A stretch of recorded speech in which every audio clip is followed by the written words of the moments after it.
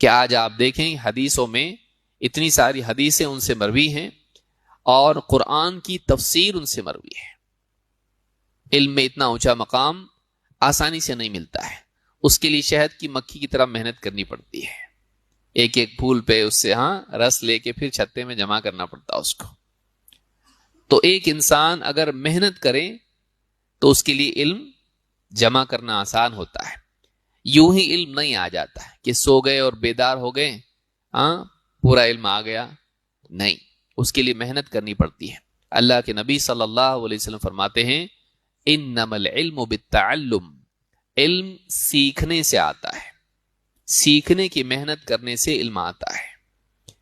علم کے لیے مجاہدہ کرنا چاہیے۔ اس دور میں یہ چیز بہت مفقود ہو گئی ہے۔